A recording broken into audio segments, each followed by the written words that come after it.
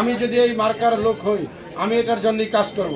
আমি সবাইকে বলবো যে যেখানে আছেন, যে যার যে সামর্থ্য আছে, যে যতটুকু দেওয়ার সবটুকু উজাড় করে দিয়ে আগামী 12 তারিখে বাংলাদেশ জাতীয়তাবাদী দলের মনোনীত প্রার্থী ধানের শীষের মনোনীত প্রার্থীকে আমরা জয়যুক্ত করব। আজকে এই যে একটু আগে জাহাঙ্গীর ভাই বলেছে, অনেক আগ থেকেই আমাদের কিন্তু প্রতিদ্বন্দ্বী অনেক শক্তিশালী। আমরা যতই দুর্বল মনে করি না কেন, যে যে গুপ্ত থাকে, যে দুর্বল থাকে, সে কিন্তু ধীরে ধীরে কাজ করতে থাকে। আমরা ছোটবেলা থেকে সবাই জেনে আসছি কচ্ছপ এবং হইলেও কি ঘোড়ার গল্প, খরগোশের গল্প। তাই এটার দিকে আমাদের নজর রাখতে হবে। আমরা যেন মনে করি যে আমাদের অনেক ভোট, বিএনপি বড় দল, এরকম করতে করতে আমাদের কিন্তু অসুবিধা হয়ে যাবে। আমরা কোনো রকমের যার যে পরিমাণ শক্তি আছে সে সর্বশক্তি নিয়োগ করে আমাদের যাতে এক তিলও কোনো ঘাটতি না থাকে এবং পারস্পরিক শ্রদ্ধাবোধ আলাপ আলোচনা করে এগিয়ে যেতে হবে যে এখানে এই সমস্যা আছে।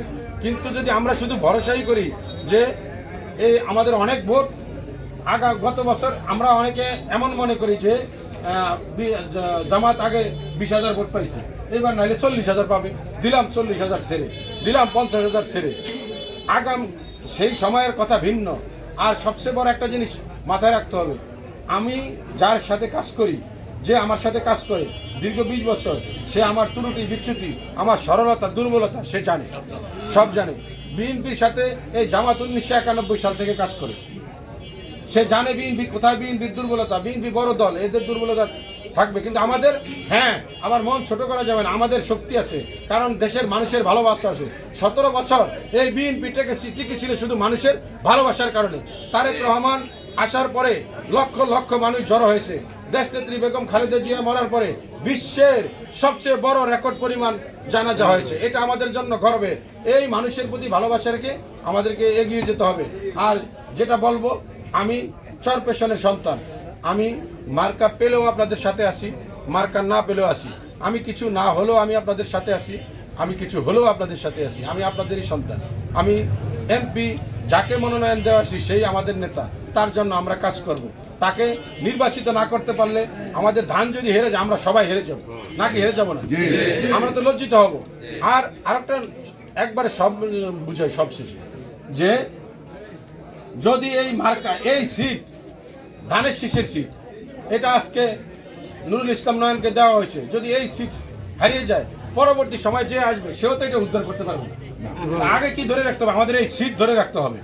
ধানের শীষের সিট ধানের শীষেরই যাতে থাকে, সেই জন্য আমাদেরকে কাজ করতে হবে। লোক দেখানো কিছু করা যাবে না, আল্লাহ এগুলো পছন্দ করে না। যা করতে হবে দলের জন্য করতে হবে। আর এটা তো আমরা কারো ব্যক্তির জন্য করতেছি না, দলের জন্য করতেছি, ধানের শীষের জন্য করতেছি। আপনার 17 বছর আগে অথবা 17 বছর বিরোধী দল থেকে কেউ কি জানতো যে নুরুল ইসলাম নয়ন নমিনেশন পাবে? তাহলে এই 17 বছর আগ থেকে হামলা তো কেউ খাইতো না যে নুরুল ইসলাম নয়ন পাবে, আমি তাকে পছন্দ করি না, তাহলে আমি যাবো। সবাই আঁকড়ে ধরেছিল কি? মার্কাটা আঁকড়ে ধরেছিল। তাহলে মার্কা আঁকড়ে ধরেছিল, দল যাকে মনোনয়ন দিছে তার প্রতি কাজ করতে হবে।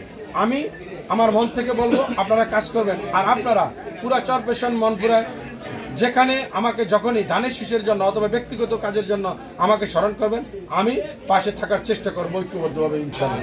আমি কিছু হইলেও আপনাদের সাথে আছি, কিছু না হইলেও আমি আপনাদের সাথে আছি।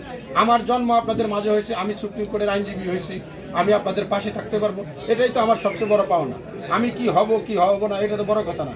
আমি চরপেশনের সন্তান, সুপ্রিম কোর্টের আইনজীবী হয়েছি, এটা তো আপনাদের দোয়া হয়েছে। আমি আপনাদের পাশে আছি, পাশে থাকবো।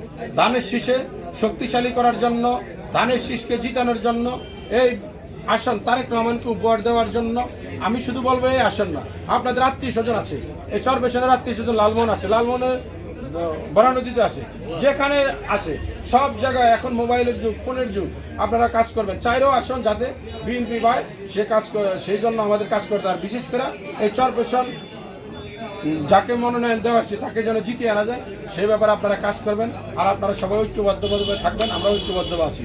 যে কোনো প্রয়োজনে মামার আছে যোগাযোগ করবেন, আমি আপনাদের সাথে আছি, সাথে থাকবো ইনশাল্লাহ। সবাই দোয়া করবেন। আসসালামু আলাইকুম।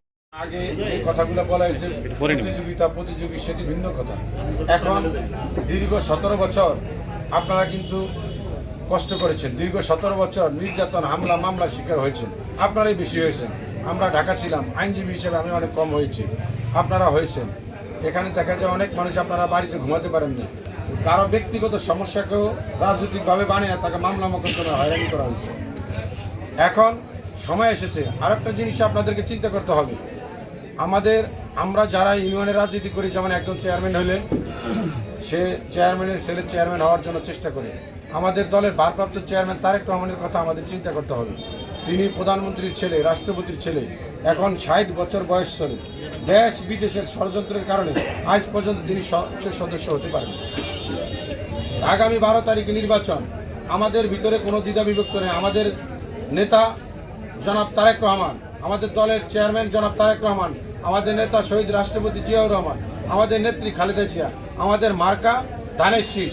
আমি একজন ধানের শীষের সাধারণ কর্মী হিসেবে বলবো, আমি এই চরপেশনের ভোটার হিসেবে বলবো, আপনারা এক চুল পরিমাণ দ্বিধা বিভক্ত না রেখে আগামী 12 তারিখে ইনসাফের সাথে, ইমানের সাথে, কোনো লোক দেখানোর জন্য না যে গেলাম করলাম, নিজেকে আল্লাহকে হাজির নাজির রাখে যেটা করব ইনসাফের সাথে করে আগামী 12 তারিখে চরপেশন মনপুরা থেকে যাকে ধানের শীষের মনোনয়ন দেওয়া হয়েছে জননেতা নুরুল ইসলাম নয়ন সাহেবকে, তাকে যেন নির্বাচিত করে আমরা দেশনায়ক তারেক রহমানের চরপেশন মনপুরা আসনটি উপহার দিতে পারি।